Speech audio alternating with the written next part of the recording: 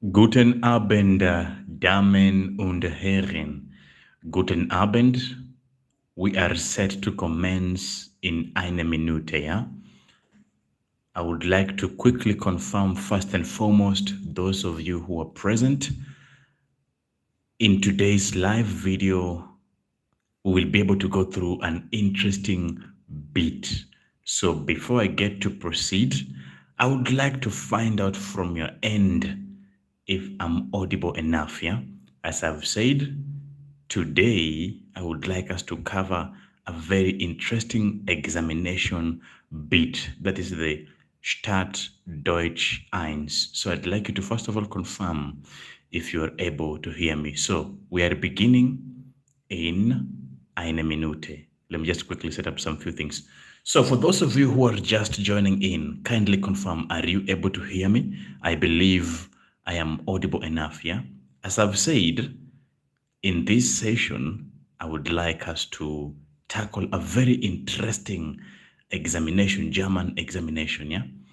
So if you're just joining in, feel free to type below, yeah. If you're just joining in, feel free to type below present so that I see how many of us are present and active. I would begin by saying Guten Abend, Damen und Herren. I welcome you to go ahead and type below if you're just joining in as I say Willkommen. So let us get straight into this. This one is the A1 lesson. Now, for those of you who are just joining in, let me ask you the question. Which level are you now doing? Which German level are you doing? Are you in A1 or in A2, B1, B2, C1, C2? Which level are you currently doing? Just go ahead and type. I would like to know. Which level are you now doing?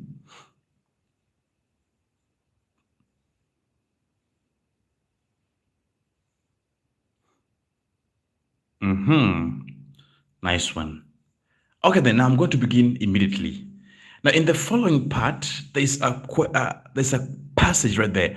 The instruction says like this: Kreuzen Sie an. Kreuzen Sie an. Now, kreuzen Sie an simply means cross. They want you to choose between richtig oder falsch. Richtig oder falsch. I always recommend this when doing your lesson. It is best for you to take your time. Most people normally make the mistake, they overrate the question or they underrate. So whenever you're doing the paper, always ensure to read each and every statement critically. So look at the following statement, yeah? Begins like this. Apartment, if you're writing down, please note down the new words, yeah? So apartment mit Parkplatz. Do you see that? Apartment mit Parkplatz, which now means apartment with a parking lot. All right. And then it goes to say zu vermieten. That is apartment with a parking lot for rent. Zu vermieten. The word vermieten is to rent or hire. As I've said, when you're doing this lesson, always ensure that each and every statement is keenly understood. So an apartment with a parking lot for rent, and then ein Zimmer, that is one room, bathroom, bad means bathroom, and then Küche, which is kitchen. And then you have kleinen Balkon, a small balcony, and then it is on the zweiten Stock, second floor. All right. As I've said, each and every word is important here. Apartment with a parking lot for rent. Ein Zimmer, that is a room. Bad, that is the bathroom. And then I have Küche. Küche means kitchen. Kleinen Balkon, a small balcony. And then it is on the zweiten Stock, means second floor. All right. And then proceeds to say, ohne Möbel, without furnitures. Sehr günstig, very affordable. And then they give you the telephone number. Call the following number: 030 44 5621. All right. So after reading this small passage, there are some questions right there. Number one has been done for us. Die Wohnung ist klein. The living room is small. So here the answer is richtig. This is the Beispiel. Okay, let's look at number one. Number two. Number two says like this. Die Wohnung ist nicht für Autofahrer. The apartment is not for motorists. The apartment is not for motorists. Now, if you check up there, this notice the apartment is not for those with the cars or motorists. Now, if you check up there, they said clearly, apartment mit Parkplatz. That is an apartment with a parking lot. Therefore, this apartment, the statement says the apartment is not for motorists. Therefore, the answer for number two is falsch. Okay, number three. Number three says, man soll das Apartment kaufen. One should buy. The word kaufen. Check that. Man soll das Apartment kaufen. Kaufen is to buy. So one should buy the apartment. Now, up here they said clearly, Apartment zu vermieten. It is vermieten, not kaufen. So therefore, number three, the answer is also falsch. Okay, here's number four. Number four says, es gibt einen Garten. Number four, es gibt einen Garten. There is a garden. There is a garden. The word es gibt means there is. So if you check up there clearly, there is no anywhere where they've written garden. There is no place that they've said there's a garden here. So therefore, this answer here is falsch. Okay, number five. Es gibt, there is kein Bett.